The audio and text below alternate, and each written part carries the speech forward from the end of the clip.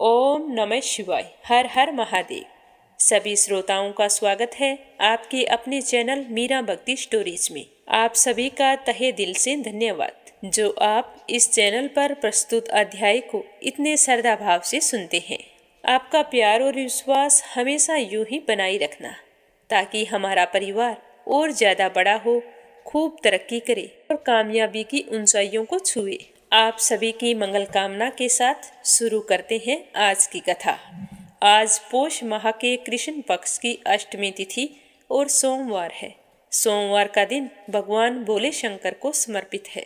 जो भी व्यक्ति सच्चे मन से भगवान भोलेनाथ और माँ पार्वती की पूजा करता है उसके सारे मनोरथ पूर्ण होते हैं।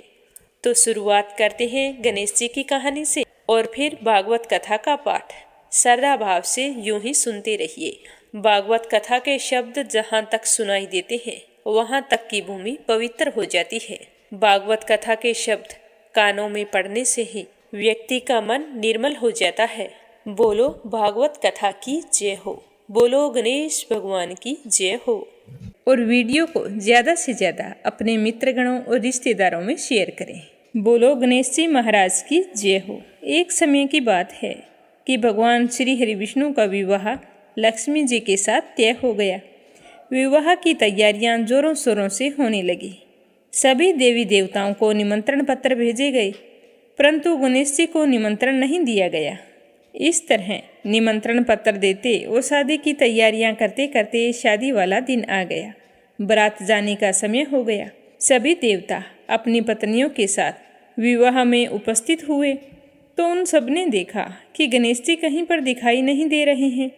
तो वे सारे के सारे आपस में चर्चा करने लगे कि क्या बात है, गणेश जी को न्योता नहीं दिया या फिर गणेश जी आए नहीं हैं। सभी को यह जानकर बड़ी ही हैरानी हो रही थी।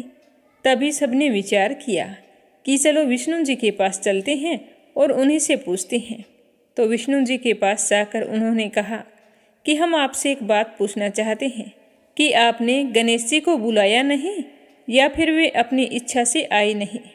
तो विष्णु जी कहने लगे कि गणेश जी के माता पिता को मैंने न्योता भेज दिया है, अगर वो आना चाहते तो आ जाते, उन्हें अलग से न्योता देने की कोई ज़रूरत नहीं है।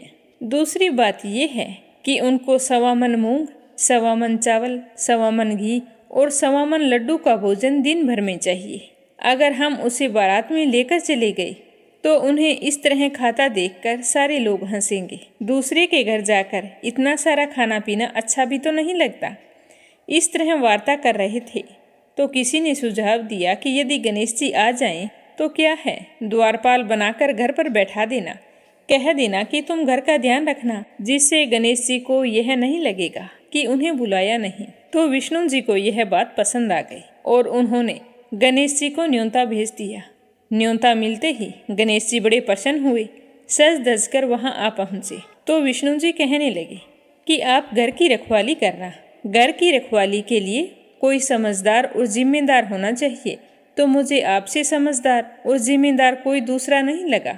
तो यह सुनकर गणेश जी और भी प्रसन्न हुए। तो इस तरह गणेश जी को रखवाली के लिए बैठा दिया और बारात वहाँ से चल दी। नारद जी ने देखा कि गणेश जी दरवाजे पर बैठे हैं और बारात सारी चली जा रही है। तो वे गणेश जी के पास गए और पूछने लगे कि तुम बारात में नहीं जा रहे हो। तो गणेश जी भगवान कहने लगे कि मुझे तो घर की जिम्मेदारी दी है, कोई समझदार आदमी घर की रखवाली के लिए होना चाहिए, इसीलिए मैं तो यहाँ पर रुक गया हूँ। तो नारद जी कहने लगे कि उन्होंने आपका अपमान किया है, विष्णु जी तो आपको बुला ही नहीं रहे थे। सबने जब पूछा तो वो कहने लगे कि उनके बड़े बड़े कान, सूंड, मोटा सारा पेट, यह देखकर लोग हंसेंगे और ऊपर से खाते कितना है, 1.25 मन लड्डू, 1.25 मन मूंग, 1.25 मन घी।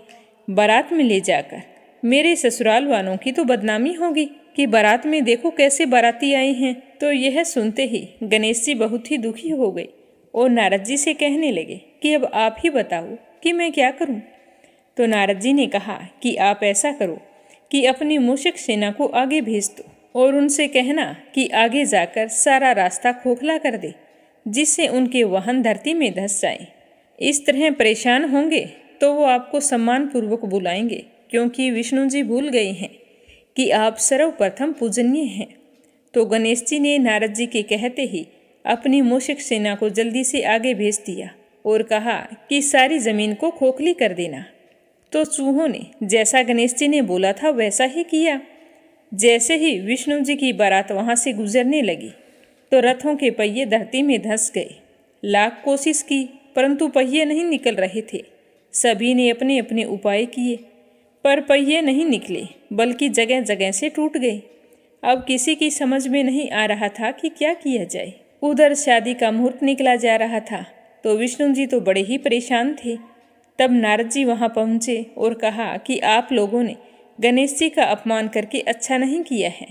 यदि उन्हें मना कर लाया जाए तो आपका कार्य सिद्ध हो सकता है और आप पर आया यह संकट भी टल सकता है। तो शंकर भगवान ने अपने दूत नंदी को भेजा तो नंदी गणेश जी को लेकर वहां आ गई। गणेश जी का आदर सम्मान के साथ पूजन किया गया। तब जाकर कहीं रथ के पहिए निकले। पहिए तो निकल गए पर वो तो जगह जगह से टूट फूट गए थे। अब उन्हें सही कौन करे। तो पासी के खेत में एक हाथी काम कर रहा था तो उसे समाचार भेजा कि सारे रथों के पहिए सही कर दो।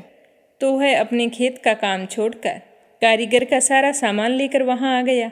जैसे ही वह रथ के पास बैठा तो कहने लगा, श्री गणेशाय नमः। ऐसा कहकर गणेश जी की मन ही मन वंदना करने लगा और देखते ही देखते गणेश जी ने सभी पहियों को थोड़ी सी देर में ठीक कर दिया। तो यह देखकर नारद जी ने कहा कि मैं आपसे एक बात पूछना चाहता हूँ कि आपने श्री गणेशाय नमः क्यों कहा। तो हाथी कहने लगा कि हे देवताओं, आपने सर्वप्रथम गणेश जी को नहीं मनाया होगा और ना ही उनकी पूजा की होगी, इसीलिए आप पर यह संकट आया है। तो नारद जी विष्णु भगवान से कहने लगे कि हमने ही गणेश जी को सर्वप्रथम पूजनीय बनाया था और आज हम ही उन्हें भूल गए, तो हमसे मूर्ख और अज्ञानी कौन हो सकता है। तो यह सुनते ही विष्णु भगवान गणेश जी से माफ़ी मांगते हैं और गणेश जी की पूजा करते हैं, उनका ध्यान करते हैं। फिर सारे मिलकर गणेश जी भगवान का जयकारा लगाते हैं। तो यह सब देखकर गणेश जी बहुत ही प्रसन्न होते हैं और नारद जी भी गणेश जी की ओर देखकर मंद मंद मुस्कुराने लगते हैं और बारात वहां से चल पड़ती है। फिर भगवान विष्णु और लक्ष्मी जी का विवाह बड़ी ही धूमधाम से संपन्न होकर सकुशल सारे घर लौट आते हैं। इसीलिए कोई भी व्रत पूजा पाठ हो, गणेश जी भगवान को जरूर याद करना चाहिए। ज़्यादा समय नहीं है तो एक छोटी सी कहानी सुनकर ही शुभारंभ कर सकते हैं। बोलो गणेश जी भगवान की जय हो। अब अपने सुनते हैं भगवान के भोले भक्त की कहानी। पुराने समय की बात है कि एक गांव में एक ग्वाला रहता था। उसने खूब सारी भेड़ और बकरियां पाल रखी थी। उन्हें चराने के लिए वह रोजाना जंगल में जाया करता था। तो वह जंगल में रोजाना एक संत जी को तपस्या करते हुए देखता था। वह भोला भाला ग्वाला तपस्या के बारे में कुछ नहीं जानता था, तो उसे इस तरह संत जी को बैठे देखकर बड़ी ही हैरानी होती थी। तो एक दिन वह सोचने लगा कि क्यों ना संत जी के पास जाऊं और उनसे पूछूं कि आप इस तरह रोजाना क्या करते हैं। तो वह संत जी के पास जाकर प्रणाम करके कहने लगा कि संत जी, बुरा ना मानो तो आपसे एक बात पूछूं कि आप इस तरह क्या कर रहे हैं। तो उसकी नादानी देखकर संत जी मुस्कुराए और कहने लगे कि बेटा, मैं तपस्या कर रहा हूँ। तो वह कहने लगा कि संत जी, तपस्या करने से क्या होता है। तो संत कहने लगा कि बेटा, मैं भगवान को पाने के लिए भक्ति करता हूँ। रोजाना पूजा पाठ, तप, ध्यान और मंत्र का जाप करने से भगवान के दर्शन हो सकते हैं। तो संत की बात सुनकर वह भोला भाला ग्वाला सोचने लगा कि मुझे भी भगवान के दर्शन करने चाहिए। मैंने तो कभी सोचा ही नहीं कि इस तरह भक्ति करने से भगवान के दर्शन हो सकते हैं। मैंने तो सिर्फ भगवान का नाम सुना है। यह सोचकर वह ग्वाला आश्रम से चल पड़ा और अपनी भेड़ बकरियों को लेकर एक पेड़ के नीचे गया और वहां ले जाकर भेड़ बकरियों को वहां पर रोक दिया और खुद एक पैर पर खड़ा होकर तपस्या करने लगा। तपस्या करते करते उसे भगवान दिखाई नहीं दिए। तो वह सोचने लगा कि मुझे मंत्र तो आते नहीं हैं और मंत्र के बिना भगवान शायद दर्शन नहीं देते हैं, पर मैं तो आज भगवान के दर्शन करके ही रहूंगा। जब भगवान के दर्शन हो जाएंगे तभी घर जाऊंगा। यह सोचते हुए उसने सांस लेना भी बंद कर दिया और कहने लगा कि प्रभु, मैं सांस तभी लूंगा जब आप मुझे दर्शन देंगे, नहीं तो मैं ऐसे ही खड़ा रहूंगा। तो भगवान इस छोटे से भोले भक्त की इतनी कठिन तपस्या देखकर बहुत ही जल्द प्रसन्न हो गए और ग्वाले के सामने प्रकट होकर बोले कि हे पुत्र, आंखें खोलो, मैं तुम्हारी तपस्या से बहुत ही प्रसन्न हूँ। देखो, मैं तुम्हारे सामने आ गया हूँ। तो ग्वाले ने आंखें खोले बिना ही पूछा कि आप कौन हैं? तो भगवान बोले कि मैं ईश्वर हूँ, जिसके दर्शनों के लिए तुम तपस्या कर रहे हो। तो यह सुनते ही ग्वाले ने आंखें खोल दी, लेकिन उसने ईश्वर को कभी देखा नहीं था। तो वह सोचने लगा, क्या यही भगवान है? तो वह भगवान से कहने लगा कि तुम मेरे साथ चलो, मैं तुम्हें संत जी को दिखाकर पूछूंगा कि भगवान ऐसे ही होते हैं क्या, मुझे तुम पर भरोसा नहीं है। तो भगवान कहने लगे कि पुत्र, मैं तुम्हारे साथ नहीं चल सकता। तो भगवान के इस तरह मना करने पर वह भोला भगत जाकर रस्सी लेकर आया और भगवान से कहने लगा कि मैं तुम्हें पेड़ के साथ बांधूंगा। तो भगवान पेड़ के पास खड़े हो गए। वो चाहते तो वहां से जा सकते थे, लेकिन भगवान अपने भोले भक्त की भक्ति देखकर मन ही मन मुस्कुरा रहे थे। तो उस ग्वाले ने भगवान को पेड़ के साथ बांध दिया और भागा भागा संत जी के आश्रम में पहुंचा और जाकर कहने लगा कि संत जी, मैंने भगवान को देखा है और पेड़ से बांधकर आया हूँ, तुम चलो मेरे साथ, देखकर बताओ कि क्या वही भगवान है। तो संत जी उस ग्वाले की बात सुनकर हैरान हो गए। उसके बार बार आग्रह करने पर उसके साथ चल पड़े। जैसे ही उस पेड़ के नीचे गए तो संत जी को वहां पर कोई भी दिखाई नहीं दे रहा था। संत बोले कि बेटा, मुझे तो यहाँ पर कुछ भी नहीं दिखाई दे रहा। तो ग्वाला भगवान से कहने लगा कि आप मुझे दिखाई दे रहे हैं, संत जी को दिखाई क्यों नहीं दे रहे? तो भगवान कहने लगे कि मैं उन्हीं इंसानों को दर्शन देता हूँ जो निस्वार्थ भाव से मेरी भक्ति करते हैं। जिन लोगों के मन में कपट, स्वार्थ या लालच होता है, उन्हें मैं कभी दर्शन नहीं देता। पर यह बात तो सिर्फ ग्वाले को सुनाई दे रही थी। संत जी कहने लगे कि बेटा, तुम बातें किससे कर रहे हो? तो वो कहने लगा कि मैं तो भगवान से बातें कर रहा हूँ, तुम्हें भगवान की आवाज सुनाई नहीं दी? तो संत जी कहने लगे कि नहीं बेटा, मुझे तो नहीं सुनाई दी। तो संत जी यह सोचकर वहां से वापिस चल पड़े कि यह तो भोला भाला ग्वाला है, इसे क्या पता कि भगवान क्या होते हैं और दर्शन कैसे देते हैं। और अपने आश्रम पर आकर तपस्या में लीन हो गए। और उधर भोला भाला ग्वाला बड़ा ही खुश था कि भगवान ने उसे एक दिन की भक्ति से ही दर्शन दे दिए, और खुशी के मारे झूमता हुआ अपनी भेड़ बकरियों को लेकर अपने गांव की ओर लौट आया। बोलो विष्णु भगवान की जय हो। अब अपने सुनते हैं भागवत कथा का 5वां स्कंद। तो कमेंट बॉक्स में विष्णु भगवान की जय हो लिखकर इस कथा को ज्यादा से ज्यादा शेयर करें। साथ ही मीरा भक्ति स्टोरी चैनल को सब्सक्राइब करके अपना साथ और सहयोग हमेशा बनाए रखें। बोलो लक्ष्मीपति नारायण के अनंत स्वरूपों की जय हो।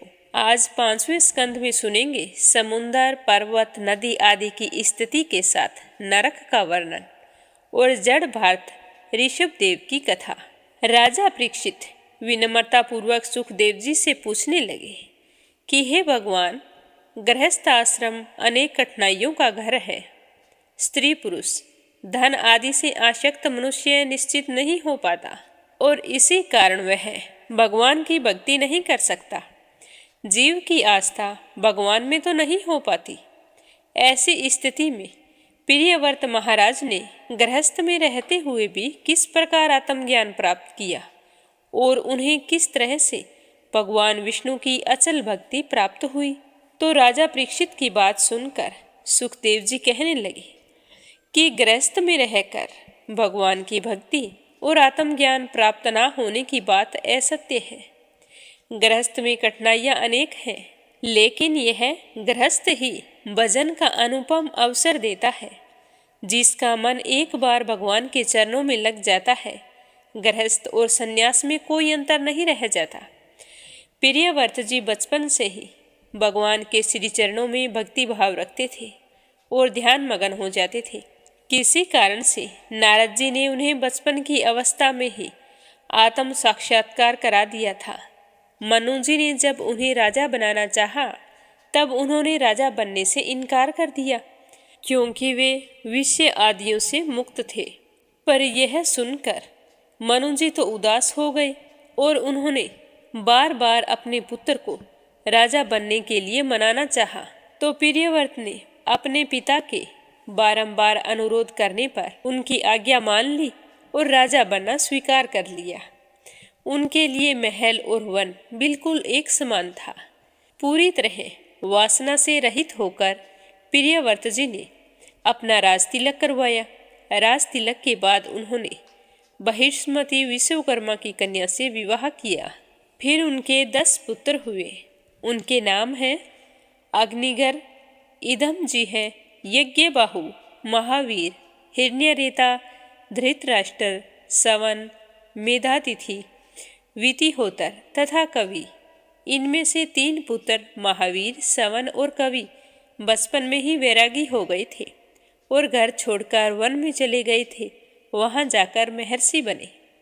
महाराज प्रियव्रत ने अपनी दूसरी पत्नी से उत्तम, तामस और रेवत नाम के 3 पुत्रों को जन्म दिया और ये तीनों मनवंतरों के स्वामी हुए। महाराज प्रियव्रत ने एक कन्या को भी जन्म दिया। उस कन्या का नाम ओजस्वती था। प्रियव्रत बहुत ही तेजस्वी और वीर थे। एक बार उन्होंने अनुभव किया कि सूर्य का रथ जिस तरफ से आता है उधर तो प्रकाश रहता है, लेकिन दूसरी तरफ प्रकाश नहीं होता। इस कमी को दूर करने के लिए प्रियव्रत जी ने सूर्य के साथ 7 बार पृथ्वी की प्रदक्षिणा की और इसके कारण अंधकार का स्थान प्रकाश ने ले लिया। तो पितामह ने आकर उन्हें रोक दिया, लेकिन उन्होंने जो 7 बार परिक्रमा की थी उसकी जो लकीर बनी थी उसके साथ समुद्र बन गए। इसके नाम है क्षीरोद, इक्षुरसोद, सुरोद, घरोद, क्षारोद, दंडीमडोद और शुद्रशोद। इन 7 समुद्रों के कारण 7 द्वीप जम्मू, फलक्ष, शामली, कुश, क्रोंच, साक और पुष्कर हो गई। तो महाराज प्रियव्रत ने एक एक द्वीप अपने पुत्रों को बांट दिया और अपनी कन्या का विवाह चित्राचार्य से करवा दिया, जिससे देवयानी प्राप्त हुई। यह सब करने के बाद महाराज प्रियव्रत अपना राजपाट छोड़कर विषयों से मुक्त होकर विष्णु जी की भक्ति में लीन हो गए। उन्होंने फिर मुनि के दुर्लभ परम पद को प्राप्त किया। जब राजा प्रियव्रत मोक्ष के मार्ग से परिवृत हुए तो उनके पुत्र धर्म पूर्वक राज्य का संचालन करने लगे। उन्होंने प्रजा की रक्षा की और अपने पिता की कीर्ति को बढ़ाया।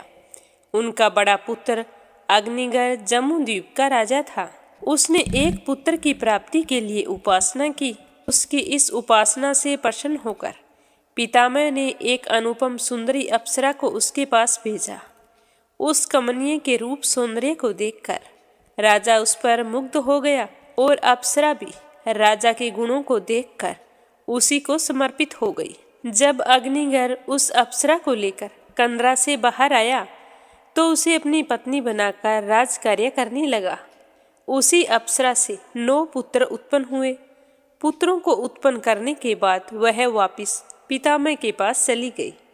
उनके इन पुत्रों के नाम हैं नाभि, किमपुरुष, हरिवर्ष, इलावृत, रम्यंक, हरिण्यम, कुरु, भद्राशव और केतुमारक। जम्बूद्वीप के 9 खंड करके प्रत्येक एक भाग में अपने बेटों को राजा बना दिया और फिर क्रम से मेरु की 9 पुत्रियों के साथ उनका विवाह कर दिया, जिनके नाम हैं मरुदेवी, प्रतिरूपा, उग्रदंष्ट्रा, लता, रम्या, श्यामा, नारी, भद्रा, देववीति।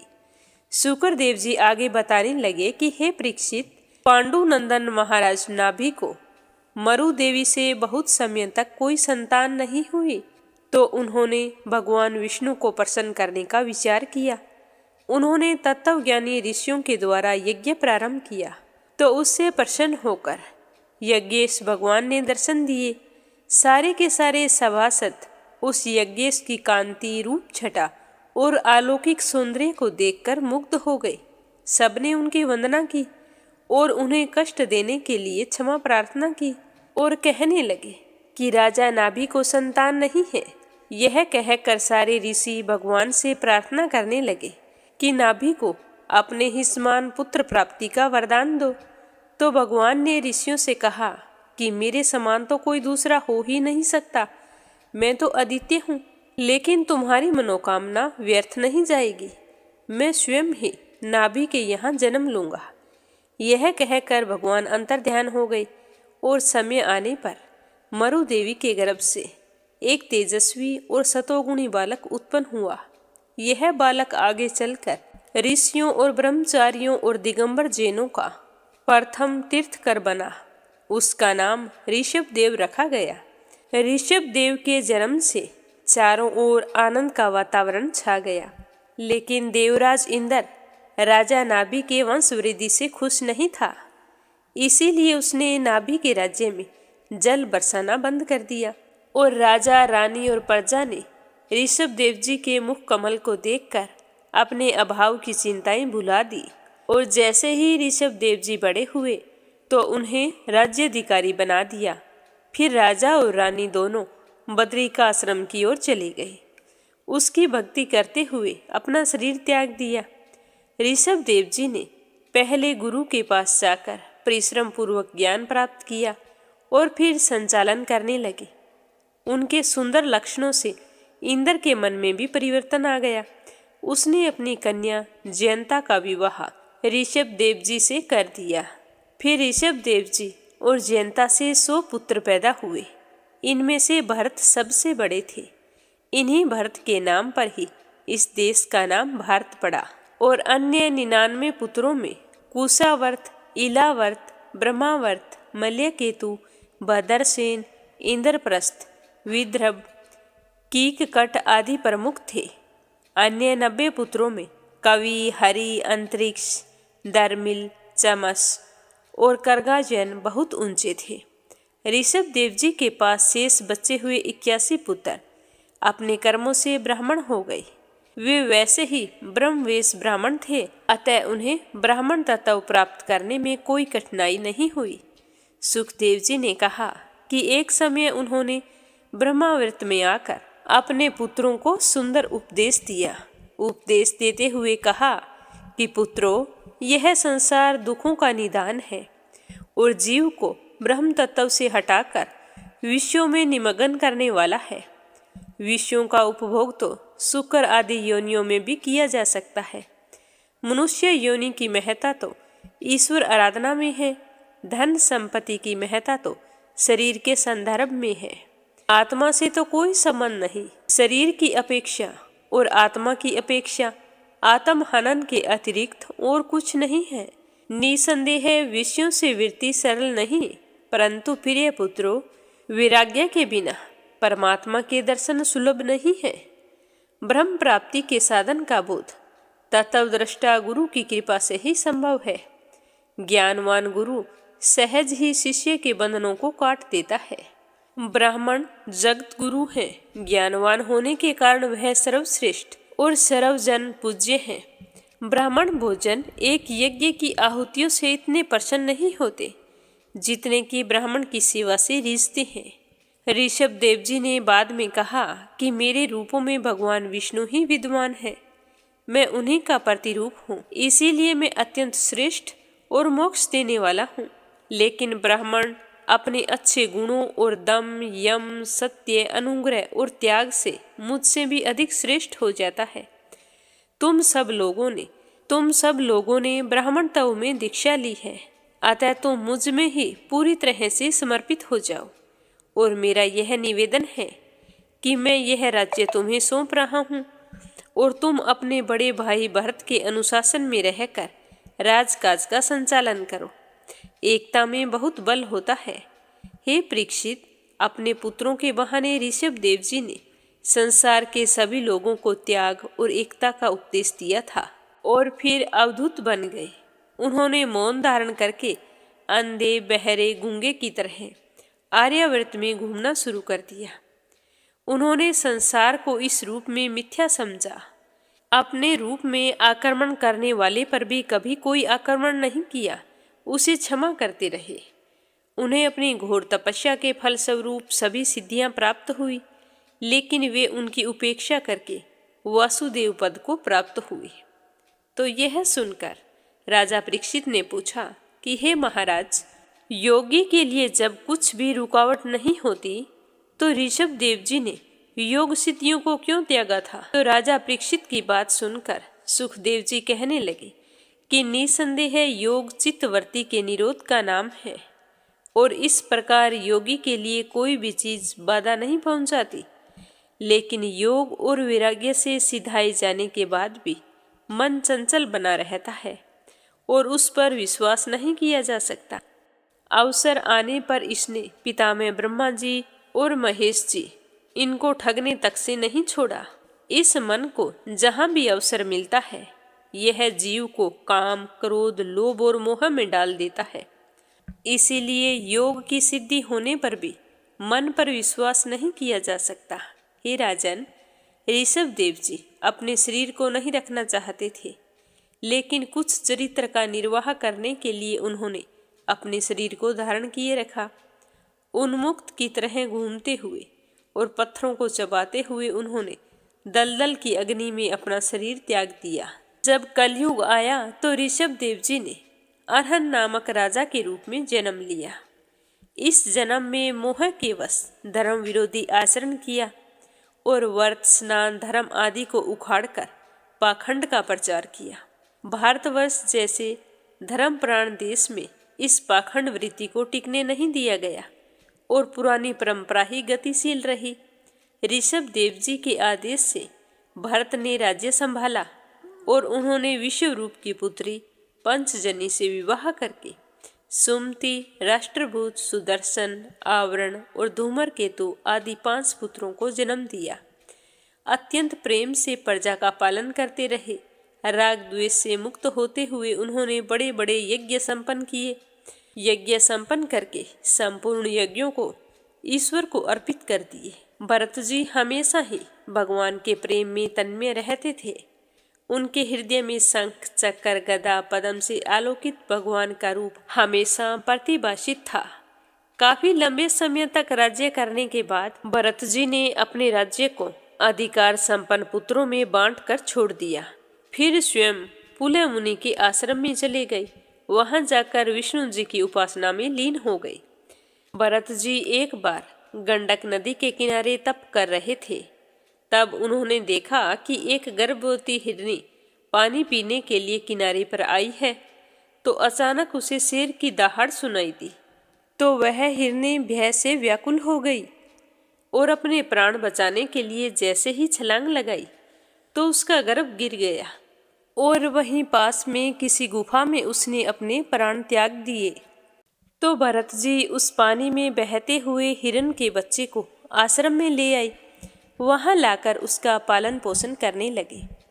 धीरे धीरे भरत जी का मोह उस हिरण के बच्चे से इतना हो गया कि वे रात दिन उसी की चिंता किया करते थे। तो इस तरह मोह करने के कारण वे अपने मूल कर्म तप को भी भूल गए और आत्मा रूप को उपेक्षित करने लगे। अंतकाल में भी वे केवल उसी की चिंता करते रहे और फिर उन्हें अगले जन्म में मृग योनि में जन्म लेना पड़ा। पर उनके पूर्व स्मृति बराबर बनी रही। उन्हें अपने पिछले जन्म की सारी सुध थी।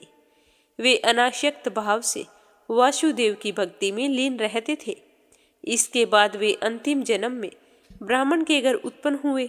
वहां पर भी उन्हें अपने पूर्व जन्म का सब कुछ याद था, पर वो मोक्ष बाधा में ना पड़े, इसीलिए स्वयं को पागल समान दिखाते थे। सामान्य लोग उसे मूर्ख और बहरा समझते थे। उनके पिता ने प्रयास किया, फिर भी वे शिक्षा में दक्षता नहीं पा सके। उनका नाम जड़ भारत प्रसिद्ध हो गया। कोई यह नहीं जान पाया कि इस सिद्ध पुरुष को सामान्य विद्याएं सीखने की क्या जरूरत है। एक बार वे विरासन में तपस्या कर रहे थे। वहां पर कुछ डाकू रहते थे। वो बलि चढ़ाने के लिए एक व्यक्ति को लाए थे, तो वह व्यक्ति भाग गया। तब उन डाकुओं ने उन्हें भक्ति में लीन देखा तो उन्हें पकड़कर अपने सरदार के पास ले आई। जब वे सब देवी बलि चढ़ाने लगे तो भद्रकाली ने स्वयं प्रकट होकर उन दुष्टों का नाश करके ब्राह्मण एवं भरत जी की रक्षा की थी। इस घटना के बाद एक बार सोवीर नरेश की पालकी उठाने वाले कहारों ने भरत जी को पालकी में जोत दिया तो भरत जी पालकी में जुत कर धीरे धीरे चल रहे थे। वो सोच रहे थे कि कहीं जीव हत्या ना हो जाए। तो भरत जी की चाल बहुत ही धीमी थी और दूसरे कहार बहुत ही तेज गति से चल रहे थे। तो कहारों ने उनके आलस्य की शिकायत राजा से कर दी। तो राजा ने अज्ञानवश भरत जी की प्रताड़ना की। तो उनकी बात सुनकर भरत जी ने उन्हें आध्यात्मिक ज्ञान दिया और कहा कि परमार्थ की दृष्टि से कोई किसी का नौकर नहीं, कोई किसी का स्वामी नहीं। नींद, क्रोध, तप आदि जीव में रहते हैं। जब सोवीर नरेश ने यह सुना तो वह पालकी से नीचे उतर गया और पूरी श्रद्धा से भरकर भरत जी का परिचय पूछने लगा। राजा ने कहा कि देह के धर्मों का आत्मा पर प्रभाव पड़ता है। जैसे आग पर रखी बटलोई के भीतर पानी भी आंच से खोलने लगता है और खोलते हुए पानी से चावल पक जाता है, उसी तरह उपाधि के धर्म का अनुवर्तन करने से देह, इंद्रिय, प्राण और मन के साथ होने से आत्माओं को भी उस श्रम का अनुभव होता है। तब इस बात का खंडन करते भरत जी कहने लगे कि हे राजन, माया से लिप्त मन ही अभिमानी जीव से मिलकर उसे समय समय पर सुख दुख प्राप्त करवाता है। इसके अतिरिक्त मोह आदि के कारण होने वाले फलों की अनुभूति भी कराता है। जैसे घी से सिंची हुई बत्ती से धुएं वाली अग्नि शिखा निकलती रहती है और बत्ती समाप्त होने पर वह कारण रूप अग्नि में लीन हो जाती है, उसी तरह विषयों और कर्मों में लगा मन विभिन्न वृत्तियों में संलग्न रहता है और मुक्त होने पर भी अपने तत्व में लीन हो जाता है। मन की 5 कर्मेंद्रिय, ज्ञानेंद्रिय और एक अहंकार, 11 वृत्तियां विषय स्वभाव कर्म से अनंत भेदों में विभाजित हो जाती है, पर क्षेत्रज्ञ आत्मा से ही इनकी सत्ता है। अपने आप में कोई सत्ता नहीं, फिर भी आत्मा का इनसे कोई संबंध नहीं। यह जीव की ही माया निर्मित उपाधि है। जैसे वायु सब प्राणियों में प्रविष्ट होकर प्राण रूप हो उन्हें प्रेरित करती है, उसी तरह वह परमेश्वर भगवान वासुदेव सर्वसाक्षी आत्मा स्वरूप से संपूर्ण परपंच में ओतप्रोत है। जब तक मनुष्य ज्ञान के द्वारा आत्म तत्व को नहीं जान लेता तब तक वह इसी लोक में भटकता रहता है।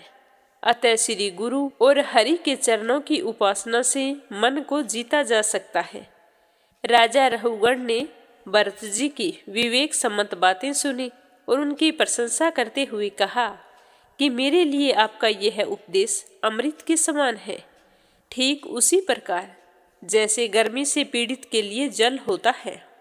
आप अब यह बताइए कि भार उठाने की क्रिया और उसका श्रम रूप फल दोनों व्यवहारिक तो हैं पर वास्तविक नहीं है, यह कैसे हो सकता है? तो यह सुनकर भरत जी कहने लगे कि यह तत्व ज्ञान केवल वासुदेव की भक्ति से ही प्राप्त होता है। विचार करके देखो कि देह पृथ्वी का विकार है और यह पत्थर आदि से किसी प्रकार भिन्न नहीं है। जब यह देह चलता है तो इसके भारवाही नाम पड़ते हैं। कंधों पर रखी पालकी में भी एक पार्थिव विकार ही है, इसमें अहंकार उत्पन्न हो गया है। इस पृथ्वी से उत्पन्न सभी चराचर पृथ्वी में लीन हो जाते हैं। अतः क्रिया भेद से पड़ा अलग नाम व्यवहारिक है, परमार्थिक नहीं है, क्योंकि वह वास्तविक नहीं है। ऐसे ज्ञान की प्राप्ति और मोह निवृत्ति भगवान की भक्ति से होती है और सत्संग से भक्ति मिलती है। सत्संग में श्री हरि की लीलाओं को निरंतर कहने और सुनने से भगवान की स्मृति बनी रहती है और आत्मा का उद्धार हो जाता है। भरत ने आगे कहा कि सांसारिक जीव धन प्राप्ति के लिए देश विदेश का भ्रमण करने वाला व्यापारी है। कर्मों से भटकता यह जीव संसार में पहुंच जाता है। इस वन में 6 तस्कर बलपूर्वक इस व्यापारी दल का सारा माल छीन लेते हैं। झाड़ झंझाड़ के कारण इस कठोर वन में मच्छर आदि भी तंग करते हैं। कभी इस व्यापारी दल की आंखों में आंधी की धूल पड़ जाती है और कभी आंसुओं के अमंगलमय शब्दों से भयभीत हो जाता है। कभी जंगल की आग में झुलस जाता है। कभी कोई अधिक बलवान होता है जो इस दल का धन छीन लेता है तो यह अचेत हो जाता है। कभी कुछ न कर सकने के कारण कष्ट पाता है, खींचता है और बंधुओं से लड़ता हुआ संज्ञाहीन होकर पड़ा रहता है। कभी यह लूट मार का साधन बनता है, कभी मक्खियों से भरमाया जाता है, क्योंकि मधु की खोज में मक्खियां तंग करती है। अपने मरे साथियों को छोड़ आगे बढ़ जाता है। इनमें से ना तो कोई लौटा न कल्याण को प्राप्त हुआ है। पर यह व्यापारी दल कष्टों का सामना करते हुए भी किसी तरह हंस वृत्ति नहीं अपना पाता। दाम्पत्य सुख में आयु की अवधि भी भूल जाता है। कभी कभी पर्वत की गुफा में गिरने लगता है, कभी बेल से लिपटा रहता है। इस प्रकार वह पुनः पुनः संकट में गिरता है और परमार्थ को प्राप्त नहीं कर पाता। भरतजी से यह ज्ञान पाकर राजा धन्य हो गए और भरतजी को सम्मानित किया। यह सुनकर राजा परीक्षित कहने लगे कि हे भगवान, आप भरतजी के उपदेश को और उनके उपदेश के रूपक को स्पष्ट रूप से मुझे समझाइए। मैं भी ज्ञान प्राप्त करना चाहता हूँ। तो यह सुनकर शुक्रदेव जी कहने लगे कि हे राजा परीक्षित, देह धारण करने वाले 3 प्रकार के कर्म करते हैं, शुभ, अशुभ और मिश्रित।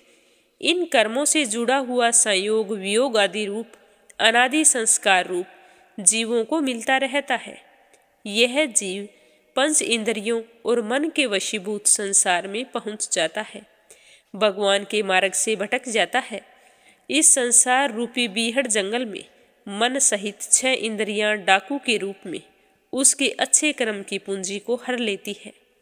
इस संसार में स्त्री, पुत्र आदि भेड़िए हैं जो उसके सचित सुरक्षित धन को ले लेते हैं। ये लोग जीव को उसके कर्म पथ से अलग करके उसका शोषण करते हैं और जैसे खेत में पड़ा हुआ बीज झाड़ों के बीच भी उगता है, उसी तरह गृहस्थ की कर्म भूमि में कर्मों का विनाश नहीं होता।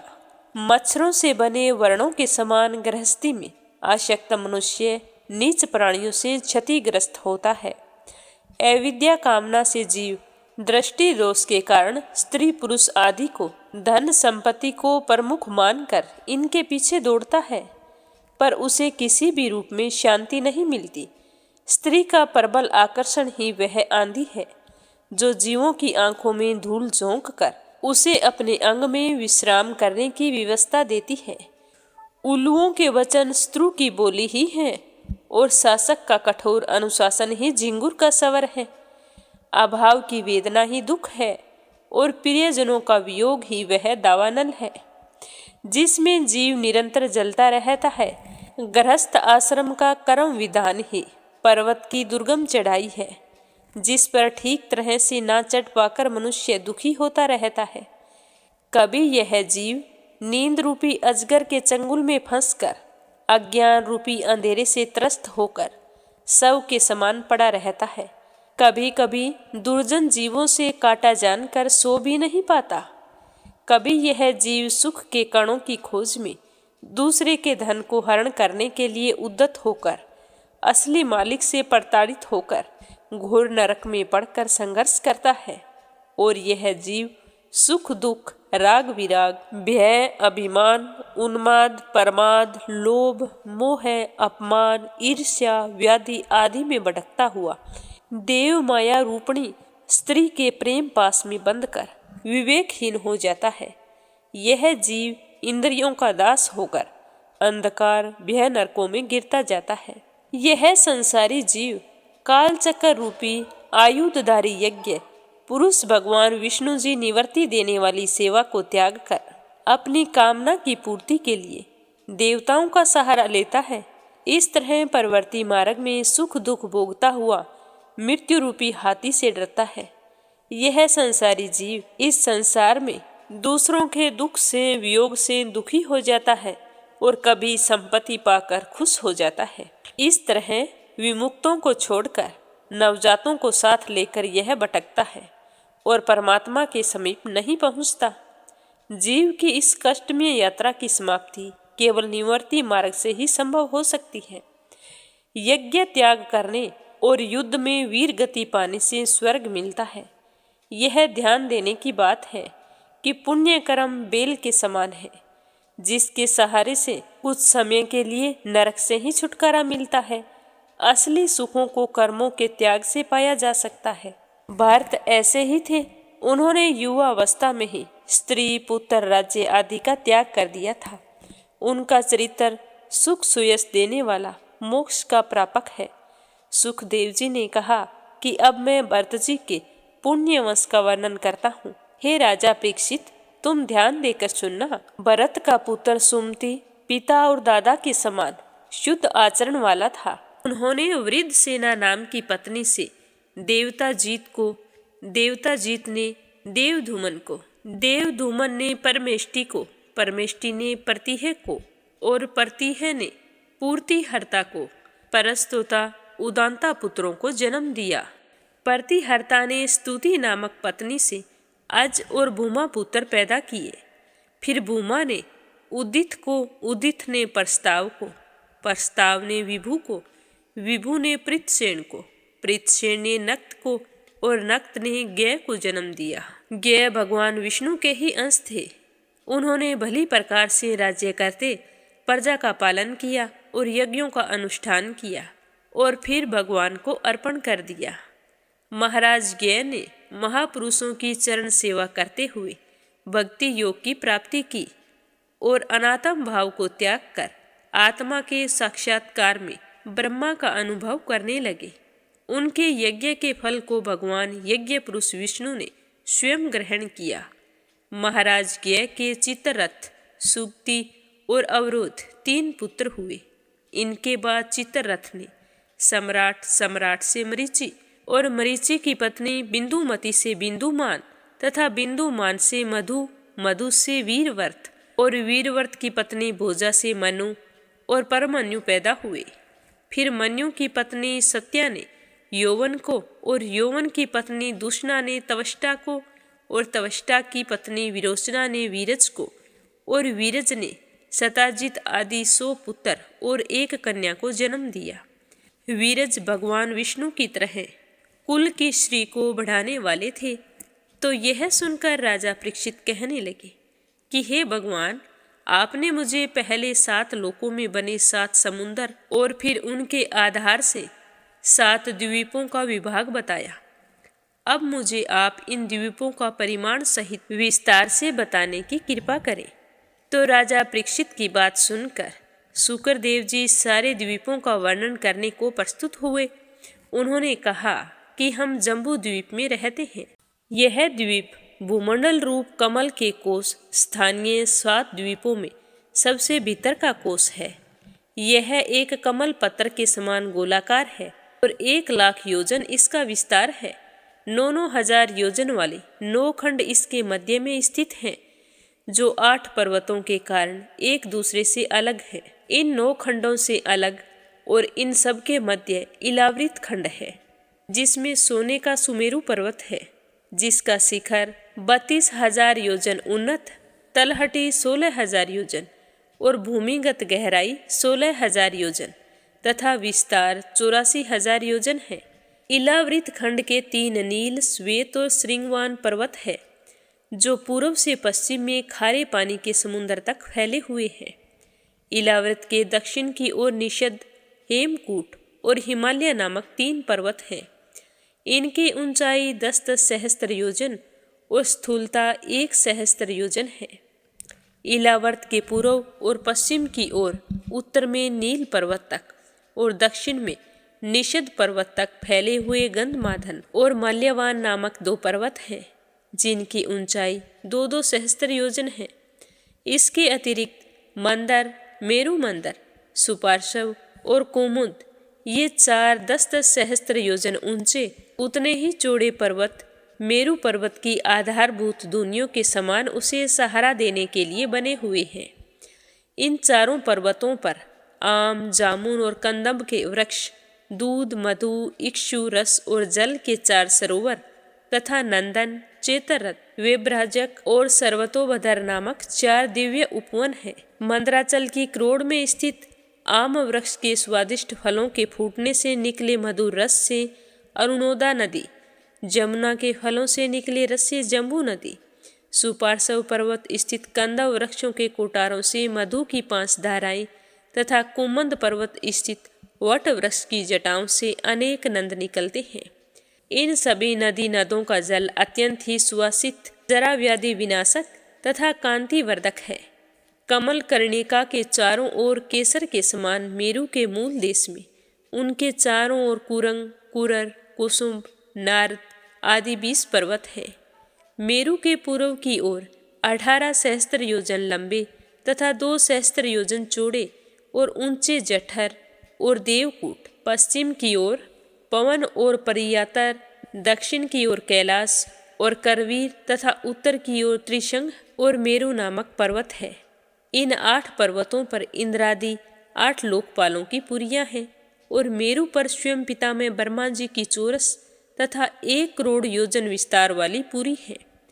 लोकपालों की पुरियां परिमाण में पितामह की पुरी का 1/4 हिस्सा है। इस तरह बताते हुए सुखदेव जी ने कहा कि जब भगवान विष्णु ने बलि को छलने के लिए 3 पगों से पृथ्वी नापी तो उनके पैर के अंगूठे के नाखून से ब्रह्मांड कटाक्ष का ऊपरी भाग फट गया। उसमें से निकली जल की धारा से पितामह ने विष्णु जी के चरण धोए थे और चरणों की केसर से मिलकर वह धारा लाल रंग की हो गई थी और उसका नाम भगवतपदी पड़ा। फिर वह ध्रुव लोक में उतरी। ध्रुव लोक में ध्रुव जी इस धारा को अपने कुल देवता का आशीर्वाद मानकर अपने सिर पर धारण करते हैं। उसके बाद यह धारा आकाश मार्ग से उतरकर चंद्रमंडल को भिगोती हुई मेरु की चोटियों से होती हुई पृथ्वी पर सीता, अलकनंदा, चक्षु और भद्रा आदि 4 धाराओं में बंट जाती है।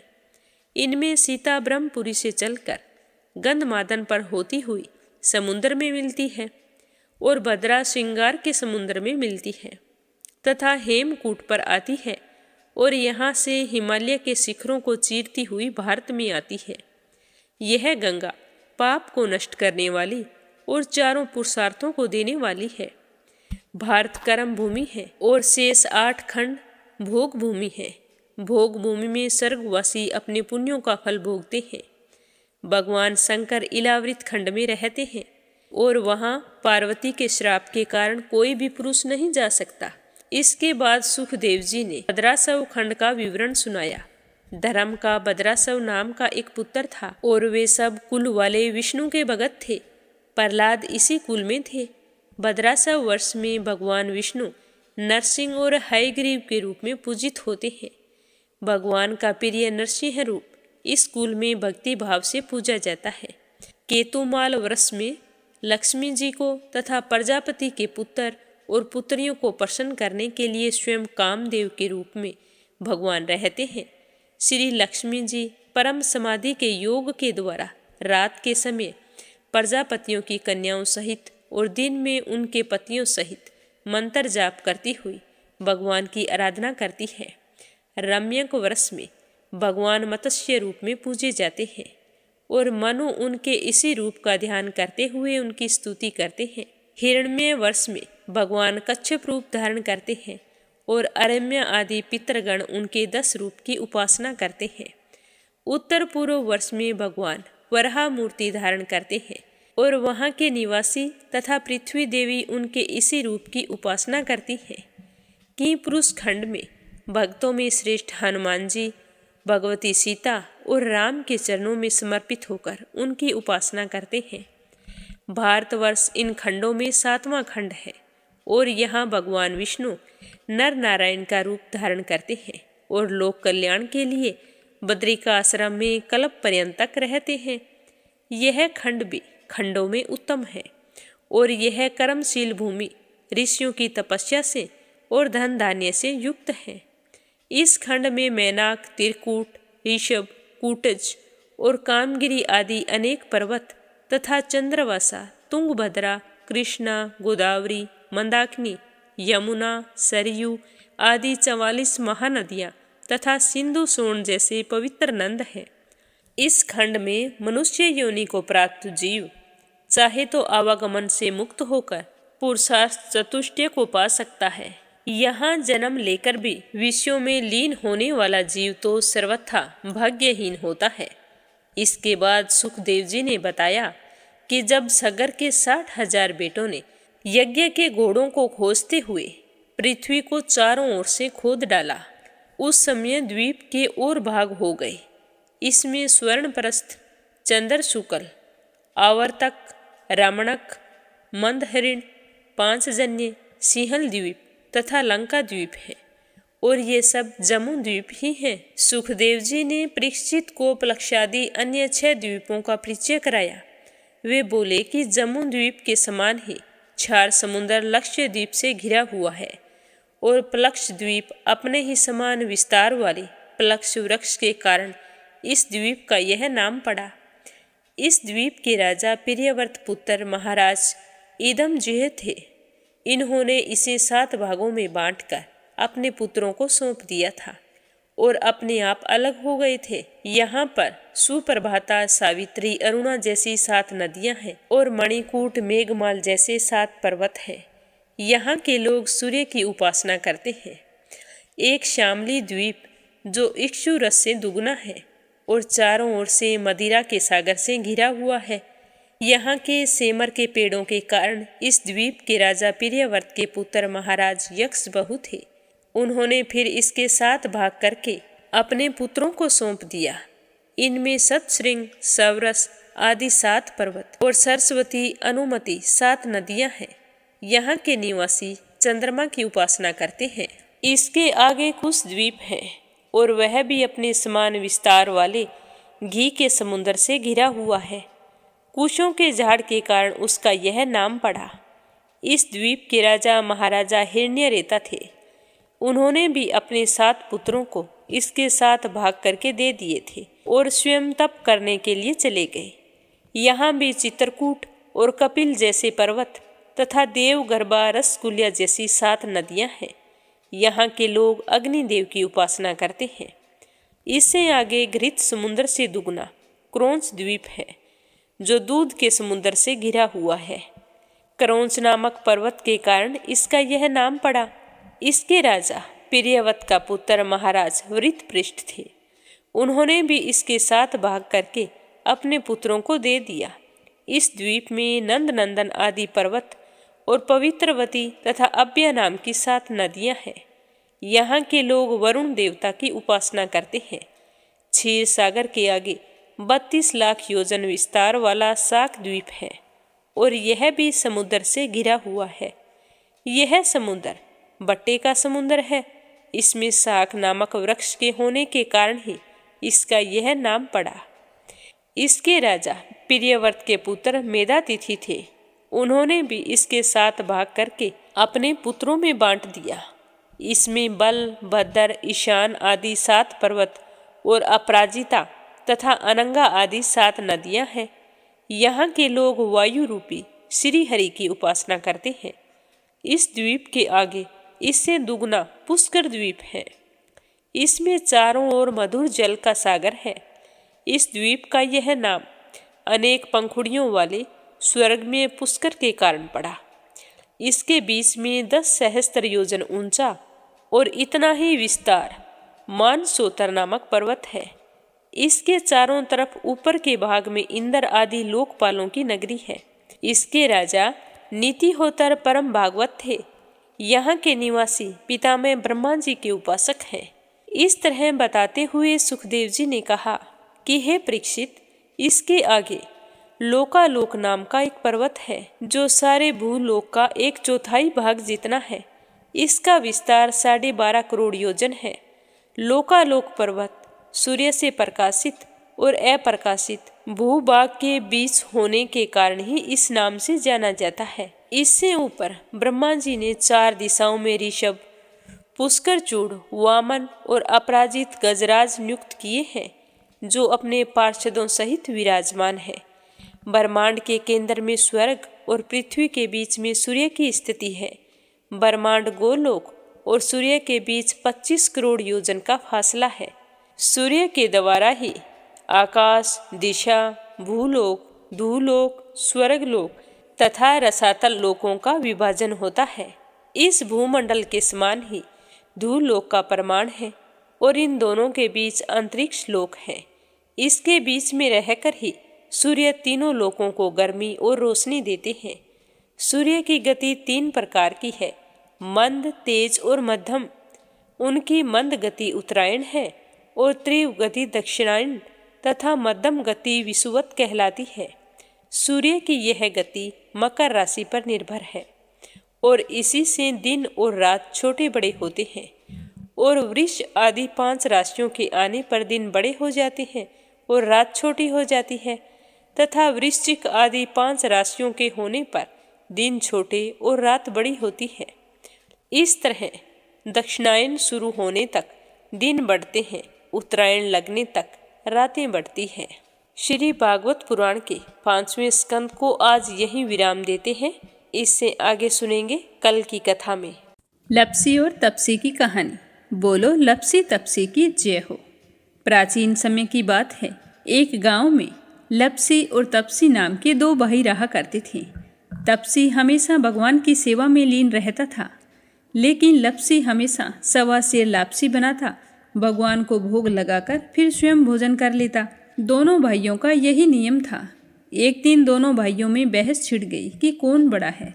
तो लप्सी कहने लगा कि मैं बड़ा हूँ, क्योंकि मैं तो लापसी बनाकर भगवान को रोजाना भोग लगाता हूँ। मैं कभी भी भगवान को भूखा नहीं रहने देता। तो तपसी कहने लगा कि मैं बड़ा हूँ, क्योंकि मैं सारा दिन भगवान की तपस्या करता हूँ। तो इस तरह करते करते दोनों जोर जोर से लड़ने लगे। तभी वहाँ से नारद मुनि गुजर रहे थे। उन दोनों को लड़ते हुए देखा तो उनके पास आए और लड़ने का कारण पूछने लगे। तो तपसी कहने लगा कि हे देव ऋषि, आप ही बताइए कि कौन बड़ा है। मैं कहता हूँ कि मैं बड़ा हूँ। लप्सी इस बात को मानने के लिए तैयार नहीं है। ये कहता है कि मैं बड़ा हूँ। तो दोनों की बात सुनकर नारद मुनि कहने लगे कि मैं इसका फैसला तो कर दूंगा, लेकिन कल करूँगा। कल सुबह जल्दी आऊँगा और आपको बता दूंगा कि तुम दोनों में से कौन बड़ा है। तो अगली सुबह तपसी रोजाना की तरह नहा धोकर पूजा करने के लिए जा रहा था। तो रास्ते में उसे 1.25 करोड़ की एक अंगूठी मिली, जो नारद जी ने उसके आगे फेंकी थी। तो तपसी ने जल्दी जल्दी इधर उधर देखा और अंगूठी को उठा लिया और तपस्या करने बैठा तो अपने पैर के नीचे दबाकर बैठ गया। लप्सी रोजाना की तरह स्नान करके आया और 1.25 सेर लापसी बनाई। पहले भगवान को भोग लगाया, फिर स्वयं लापसी जीमने के लिए बैठ गया। तभी वहाँ पर नारद जी आ गए और कहने लगे कि लप्सी बड़ा है। तो तपसी कहने लगा कि इसका क्या कारण हो सकता है, ये कैसे बड़ा है, ये कभी पूजा पाठ नहीं करता है।